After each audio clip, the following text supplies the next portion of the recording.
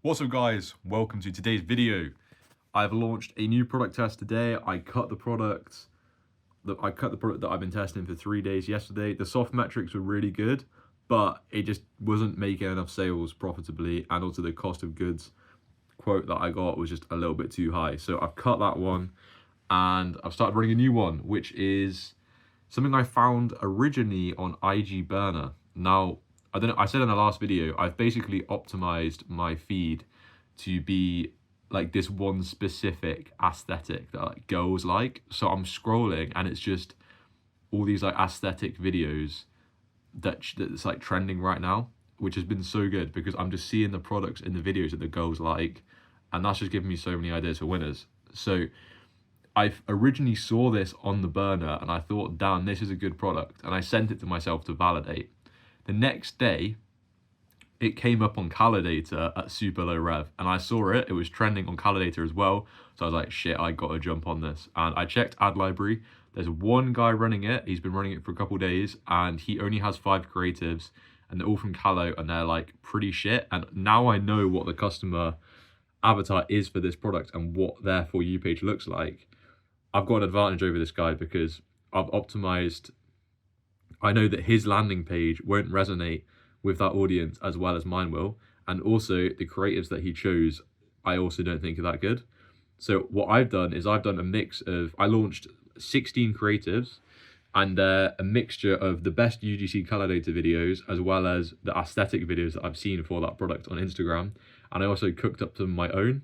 Another cool thing is I've been, because of all the content that I'm seeing, not necessarily from product videos, just like these aesthetic, like morning routine shit like that, right? I've seen these videos and the hooks that they use, and I know what they find like engaging. Like I know what hook will get them. So, and like even the way that they write, what the captions look like, shit like that. So I've basically dialed in some of the creatives using hooks that I know will work with that audience. And I've got an edge over the rest of the people that will just see it on Kalo because I know exactly what these people like. And also even the copy. When I wrote it with Claude originally, I didn't like what it wrote and I made it better because it's going to hopefully resonate with that customer more. So basically, I think I've cooked. The test started this morning and we'll see how it does. The main thing that I think could go wrong with this product is I'm a bit worried.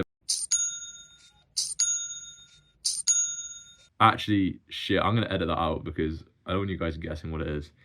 Yeah, basically, I think fulfillment might be a problem. I have found it on 1688 and AliExpress, so that should be okay.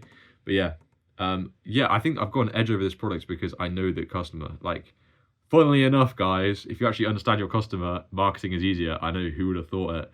But yeah, I think I've got an edge over the competition. So as long as there is enough demand for this product and it does trend on Google Trends, as long as the demand's there and the product's good, I think I will win the auction because I understand the customer and their For You page better than the people that will just see it on Kalo and rip the ads.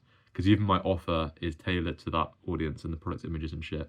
It's all following that aesthetic. So yeah, I'm feeling good about that. I think it's going to work, which is good news.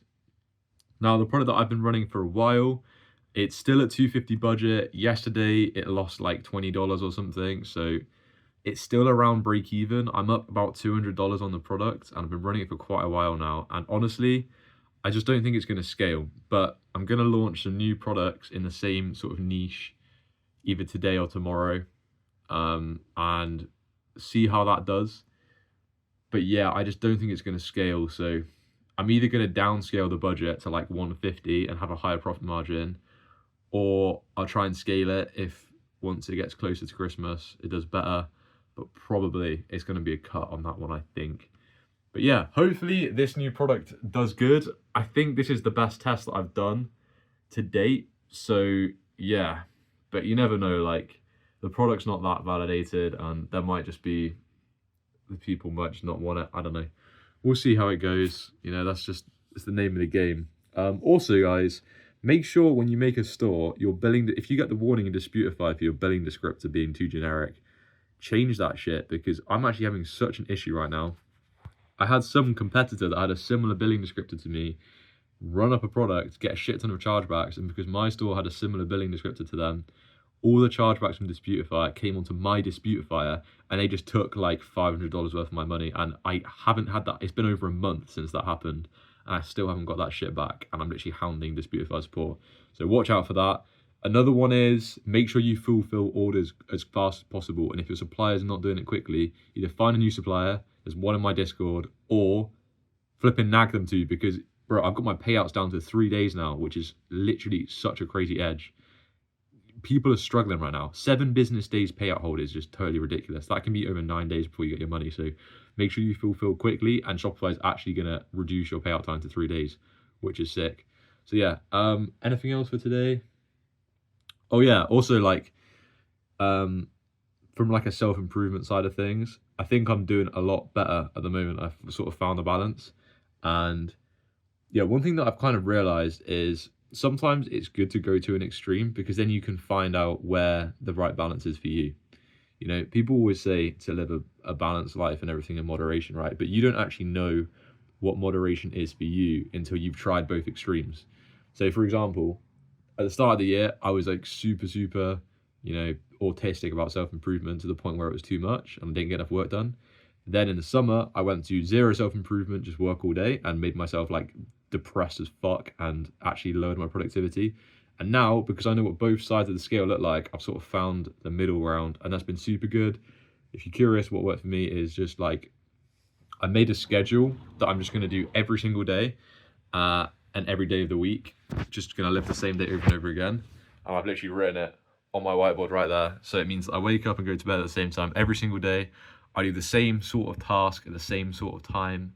And yeah, it's just like massively helped my productivity, my mental health, and like fulfillment as well. So highly recommend you guys experiment a bit with your self-improvements and make sure you have like optimal output, optimal performance, and optimal happiness, because yeah, suffering is required to make this work, but you shouldn't optimize for suffering, and you should try and make this as an enjoyable journey as possible, because it's mean you're gonna, again, it just makes you more competitive if you're able to like sit through your shit longer than other people.